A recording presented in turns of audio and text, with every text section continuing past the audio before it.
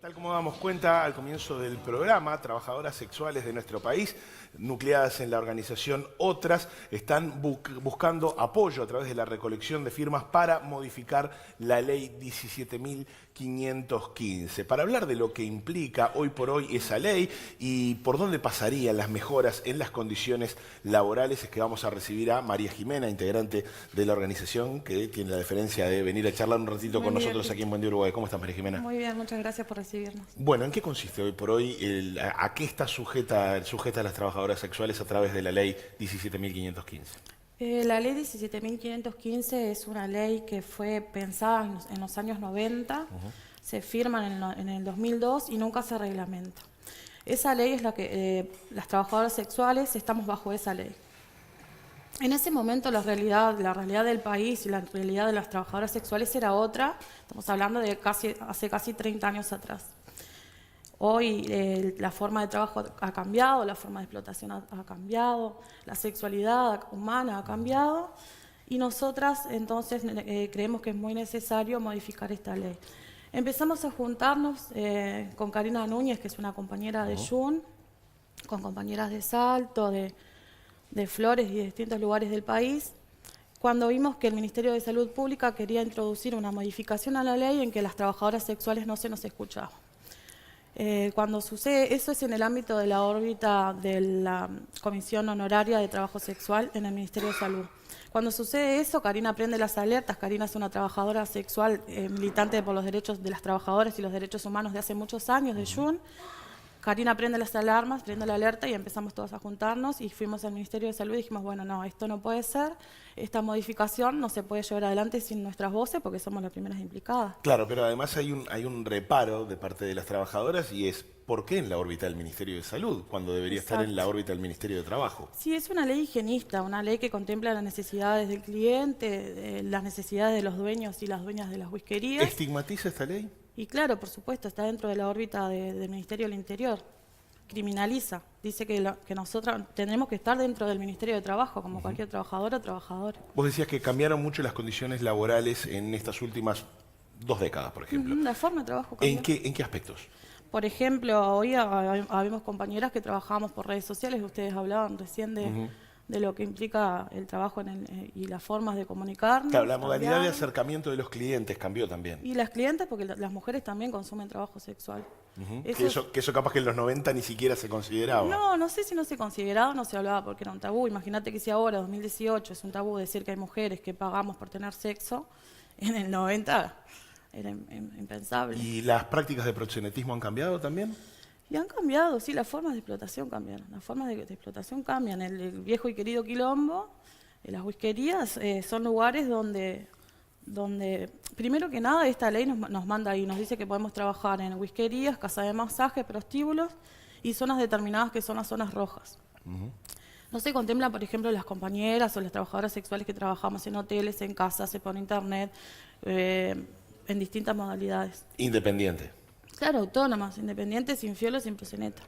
Las whiskerías y los prostíbulos, la gran mayoría, no todos, la gran mayoría piensa que son nuestros patrones y en realidad lo que están haciendo es alquilándonos un espacio para trabajar. ¿Cuánto implica también que en el imaginario colectivo aún esté muy presente esa figura de, como vos decías, del fiolo, del proxeneta, de algunas zonas como particularmente estigmatizadas o vinculadas al trabajo sexual? Sí, en realidad puntualmente, por ejemplo, las zonas rojas es algo que tenemos que rever. No puede ser que haya zonas, vos querés trabajar y la policía no te delimita una zona, ¿no? Cada cual trabaja donde quiere. Está también atado y ligado directamente a la sexualidad de la mujer.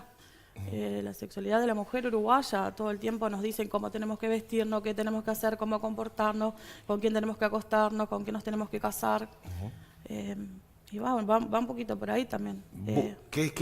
¿Cómo buscan mejorar las condiciones laborales a través de esta recolección de firmas? Sí, en primer lugar, bueno, apuntar a que nuestro laburo se vea como trabajo, porque desde 2002 en Uruguay se reconoce que el trabajo sexual es un trabajo. La gente, incluso a nuestros propios compañeros trabajadores y trabajadoras, les cuesta mucho vernos como trabajadoras. Más allá de esta organización, ¿están Sí. nucleados en otros ámbitos? Existió AMEP en un momento que ahora no tiene militancia activa. Te estoy hablando de los 90, que yo ni O nací. sea, no tienen presencia en una organización sindical. En este No, no momento. tienen militancia activa. Estuvieron en el PIT-CNT, sí. El otro día tuvimos una reunión con los compañeros y las compañeras del PIT-CNT, que nos parece fundamental porque es el ámbito y es la casa de todos los trabajadores y trabajadoras, y nos parecía, en ese lugar, es el lugar natural. Nos vamos a sentir más cómodas hablando con compañeros y compañeras que hablando con un cajetilla de saco y traje y corbata. ¿Hay algún relevamiento que indique cuántas trabajadoras y trabajadores sexuales hay hoy por hoy en nuestro país, a nivel nacional? Hay un registro, que es en el registro que estamos las trabajadoras, que habla de 12.000 trabajadoras.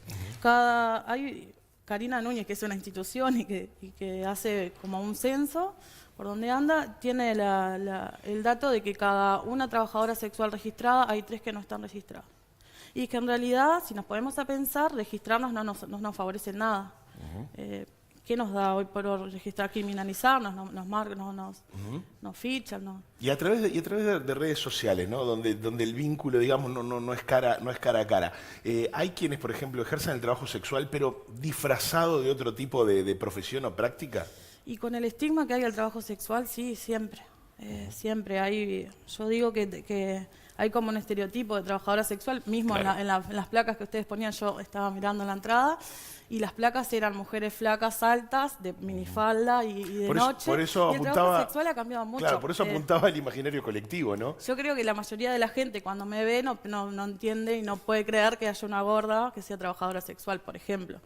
Tiene que ver con el imaginario colectivo, tiene que ver con la forma que tenemos de ver la sexualidad, los uruguayos y las uruguayas, tiene que ver con el lugar que tenemos las mujeres. También hablaba Karina, la escuchaba en una nota, hablar de respetar una opción de trabajo. Sí, es una opción laboral, sí, todo el tiempo se nos victimiza. Se busca que nos victimicemos porque es como una forma de decir, bueno, está haciendo ejerciendo el trabajo sexual, pero pobrecita, no lo elige. ¿Por qué? Porque no podemos las mujeres hablar de nuestra sexualidad libremente, que el trabajo sexual es también. Está muy estigmatizado, creo que de a poco vamos a ir cambiando. Para eso también es la recolección de firmas. Estamos, mira, hoy en Canal 4, hoy hay una trabajadora sexual con un cuerpo disidente hablando de trabajo sexual, que hace unos años era impensable. Es una lucha que venimos dando las mujeres. O sea, ¿sentís que este cambio de paradigma en muchísimos aspectos del nuevo milenio favorece esta discusión? Sí, favorece. Y salir a juntar firmas, salir a la calle, decir que bueno, que sí, que somos mujeres, que decidimos, que optamos, que nuestra opción de empleo y que la tienen que respetar, y porque tenemos derechos laborales, porque tenemos derechos humanos. ¿Y la población ha empatizado, digamos, con esto de la recolección de firmas? ¿Cómo se da ese intercambio? Yo te voy a decir la verdad, cuando voy a pedir firmas siempre voy a los jóvenes y a las jóvenes. A los más viejos y a las más viejas, yo lo que siento personalmente es mucho rechazo. Creo que incluso las grandes luchas latinoamericanas de hoy por hoy están encabezadas por jóvenes y por mujeres jóvenes. Sí, otra pauta cultural, ¿no? De otro tiempo. Sí. Tenemos otra cabeza y bueno, y hace que hoy podamos estar hablando y planteando estas cosas. Claro, ¿no? Ahí está presente también el doble discurso, ¿no? Por un lado, la aceptación de la sociedad mientras estés en un determinado lugar ejerciendo, no a la vista del público, y la otra cuando venís cara a cara y solicitas un apoyo tras de una firma. Sí, hay un estigma y hay como un estereotipo de trabajadora sexual, de que la burra, la que no sirve para otra cosa que no sea para estar en un ámbito, no ocupamos lugares, espacios como estos, recién ahora los estamos ocupando. Y por ejemplo, cuando salen así a los medios, el entorno más cercano apoya, respalda.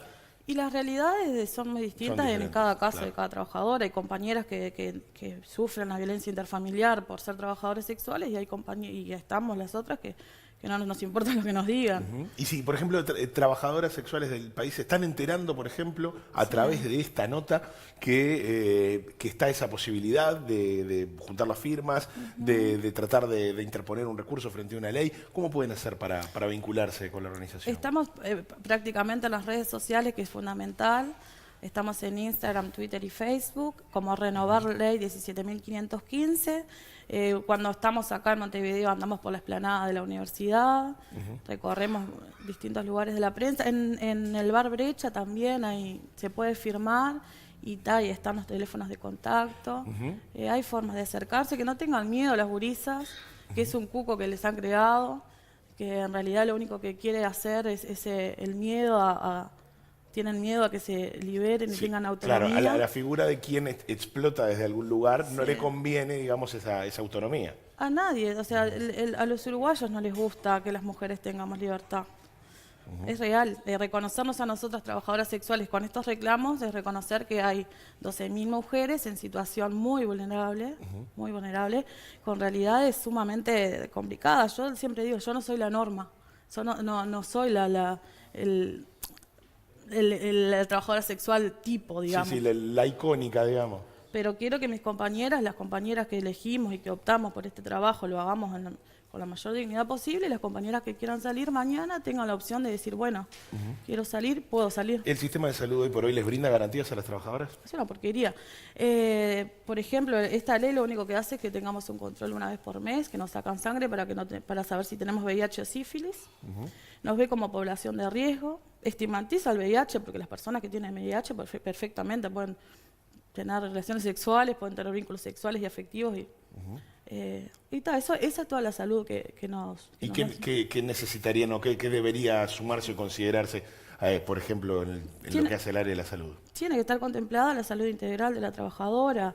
Hay muchas realidades, hay mucha diversidad en las trabajadoras sexuales. Capaz que mis necesidades en cuanto a salud no son las mismas de una compañera que está trabajando, que tiene 60 años en Blanquillo, por ejemplo. Que sucede eso, sucede. Hay mujeres que tienen 60 años y todavía están trabajando porque no pueden jubilarse. Y a la hora, hablando de esa estigmatización, cuando presentan, por ejemplo, un caso de violencia hacia una trabajadora sexual, digamos, ¿notan que el espectro de autoridades responde de la misma forma al tratarse de una trabajadora sexual? Tiene que responder. De eso desde ya, pero yo te pregunto, digamos, ¿qué es lo que ocurre en la práctica?